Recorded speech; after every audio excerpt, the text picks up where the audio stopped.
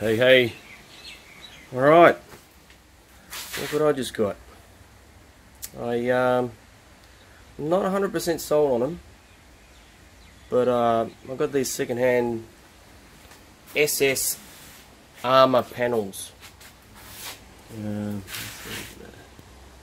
the stainless steel panels for a team chase style cage. Yeah, I like it. It's adding a fair bit of weight to it though, but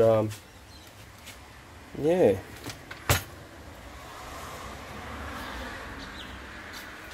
So just thought I'd show you this. I was actually going to do a video for Motorod on how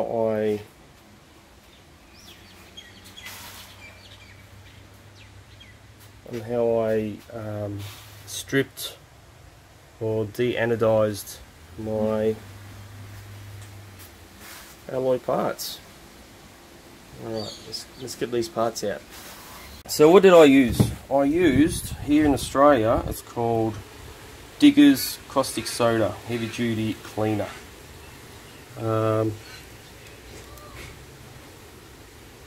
That's what it's used for normally, drains and pathways and all that.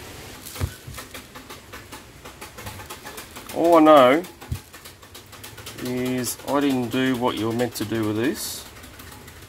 You're meant to use gloves and protective gear and a mask and all that. I eventually started using gloves, and what I ended up doing was putting a fan. I put a fan probably about half a meter away from it, and I was standing behind the fan, making sure the fumes would be pushed away from me. They're pretty strong. I couldn't believe how strong this stuff is. It is crazy strong. I got some footage, which I'll put on now.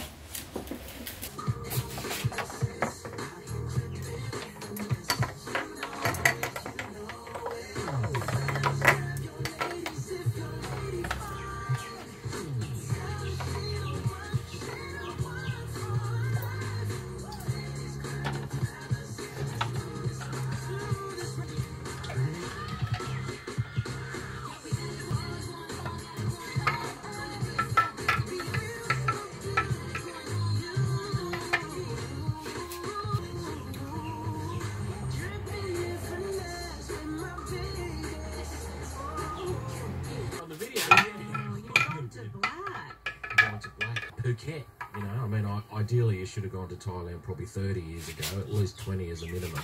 But some people go, you know what, I'm going to Phuket for 10 days. What do you say? Yeah. I ordered it every time, even though it was awful. Yeah, I've never seen the Phuket pizza on any. Well, you haven't lived. What was on the Phuket? I have lived. California pizza. Oh, hello. Pizza, you have olives and anchovies and cheese. Well, I apologise to our Asian listeners. Yeah, I love Sorry if we Asian have any food. Orientalmen. Apologies. Chinaman. Can you even say Chinaman anymore? I don't think so. I don't know if What do you you can. call a man from China? I mean, He's a Chinaman. Chinaman. And a China woman. He's a Chinese man or a Chinese woman. Not a Chinaman? I don't know. I met a wonderful Chinaman the other day. Very interesting fellow. I'll be honest. And as you can see from the footage, it reacts really quickly.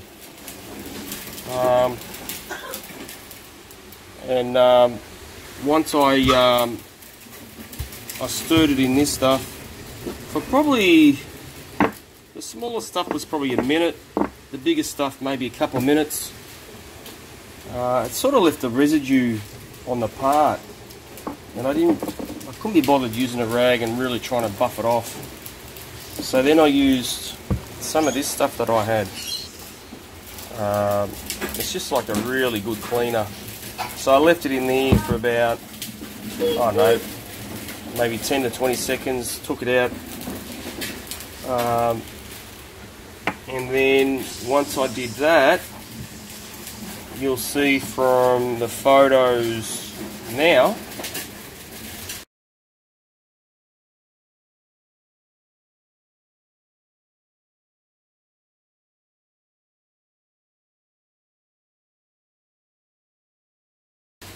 that, yeah, they're not shiny once they come out, obviously, but they're really clean, real sharp looking, you know.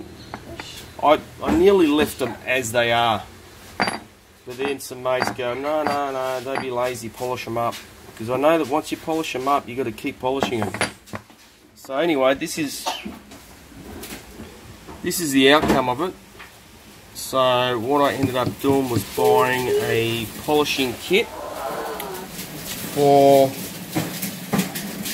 my bench grinder. So where is it? So just to show you, this is what was on it. I took it off. The kit came with this wheel, that wheel, and another wheel, which is a bit harsher, I think. And it came with different coloured compounds. And this is pretty much the list of what you use the different compounds for. So I started with the brown stuff on this one, and finished it off with a soft, with a white finishing on this. The only thing I noticed is these things aren't really, they're not true, they're out of whack. They're not 100%, you know, spinning nicely and smoothly. But, you know, it does the job. It's nice if it's an ongoing thing that I do. You know, buffing is just an on and off sort of thing. So yeah, so that's what I used. So that cost about $50 all up, $30 for the buffing kit and $20 for the two adapters. And then the outcome, as you've just seen, is this. Some came up better than others. This was brand new part, so it came out probably the best. This wasn't new, but they came out pretty good too. I like it, the look of that. It's, yeah. I don't think I'll be buffing these again, I don't know.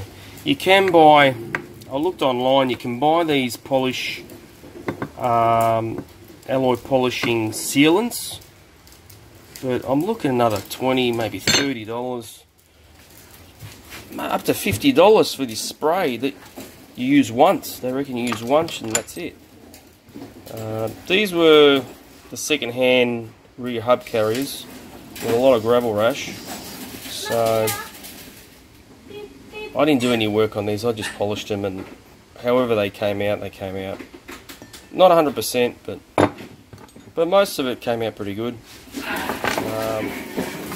I'm not really into the whole buffing by hand, so once this is on the truck, if it dulls up real quick, it's staying. I'm not doing it again. I'm not paying money to... Another thing you can do is you can powder coat them clear, but yeah, they're not 100% buffed anyway. They look alright, but they're not 100%, so they're not like a new part. I don't know, I don't think I've got the right tools to make it look brand new again. So, no, it'll look good for a little while. If it dulls up, it dulls up, you know. So yeah. So there we have it, that's pretty much it. I reckon it's going to look 10 times better than what it was beforehand anyway. Motorod. I hope this clarified it a little bit for you. You don't really need this, but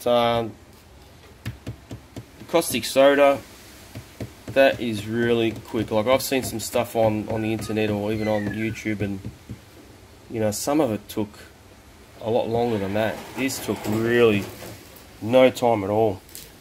So I'm just waiting on my diff oils and seals and gears to put this back. I can put some of it back together, but most of it I can't. I'm waiting on the diff stuff, rebuild kit, and then I'll put that back together.